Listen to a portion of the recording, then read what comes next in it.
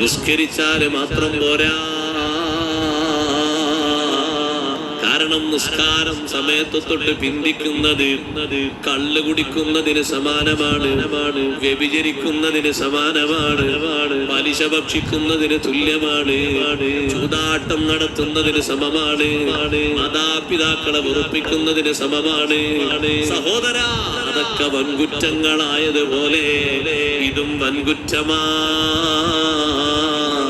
മദ്യപാനി മദ്യപാനം നിർത്തിയാ മാത്രം പോരാ, ചെയ്തതിന് ഖാലിസായ തൗബ ചെയ്യണ്ടേ. മാതാപിതാക്കളെ വെറുപ്പിച്ചവൻ ഇനി വെറുപ്പിക്കൂലാന്ന് തീരുമാനിച്ചാ പോരാ, ഉള്ള വെറുപ്പിന് അവരോട് പൊരുത്തപ്പെടിച്ച് അല്ലാഹുവോട് തൗബ ചെയ്യണ്ടേ.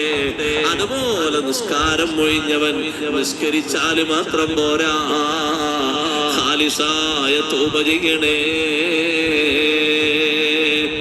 നിസ്കാരത്തിന്റെ വിഷയം പറയുന്നു സഈദ് ഇബ്നു ആമിർ തങ്ങൾ. എന്തൊരു ബഹുമാനമാണ്! കൊലക്കയറിന്റെ മുന്നിൽ നിസ്കരിക്കുകയാണ്. ചരിത്രത്തിൽ ആദ്യമായി തൂക്കുമരത്തിന്റെ മുന്നിൽ നിസ്കരിച്ചുകൊണ്ട് അല്ലാഹുവിനോടുള്ള ബന്ധം കാണിച്ച് മാതൃകയാക്കിയ മഹാൻ സയ്യിദുനാ ഖുബൈബ് റളിയല്ലാഹു അൻഹു. യുവത്വം മാറിയിട്ടില്ല, യുവത്വത്തിന്റെ പ്രസരിപ്പിലാണ് തൂക്കുമരത്തിലേക്ക് ഖുബൈബ് തങ്ങളെ കയറ്റുന്നത്. നിസ്കരിച്ചാല് മാത്രം പോരാ, കാരണം നിസ്കാരം സമയത്ത് തൊട്ട് പിന്തിക്കുന്നത് കള്ള് കുടിക്കുന്നതിന് സമാനമാണ്, വ്യഭിചരിക്കുന്നതിന് സമാനമാണ്, പലിശ ഭക്ഷിക്കുന്നതിന്. നമുക്ക് ആദ്യം പൊരുത്തം വേണ്ട നമ്മുടെ ഉമ്മാരും ഭാര്യയും. അവരുടെ പൊരുത്തമുണ്ടോ പിന്നെ അള്ളാഹ് തൃപ്തിപ്പെടും എന്നുള്ള കാര്യമാണ്. ഉപ്പാന്റെ ഉമ്മാന്റെ പൊരുത്തം ഒരാൾക്ക് കിട്ടിയോ അയാൾക്ക് അള്ളാഹുവിന്റെ പൊരുത്തമുണ്ടാവും. ചില ചെറുപ്പക്കാര് ചിലപ്പോൾ അവരുടെ മുടിയൊക്കെ കുറച്ച് കോലക്കേടുണ്ടാവും, കണ്ടാലൊരു സുഖക്കുറവുള്ള മുടിയൊക്കെ ഉണ്ടാവും. എന്നാലും ആ മക്കളൊക്കെ അവരുടെ ഉപ്പ ഉമ്മ എന്ന് പറഞ്ഞാൽ അവരുടെ ജീവന്റെ ജീവനെ. എനിക്കറിയാം കുറേ ചെറുപ്പക്കാരുണ്ട്, എത്ര മക്കളുണ്ട് അങ്ങനെ. ഉപ്പ ഉമ്മ എന്ന് പറഞ്ഞാൽ അവർക്ക് തീർന്ന് വേറെ വർത്താനം.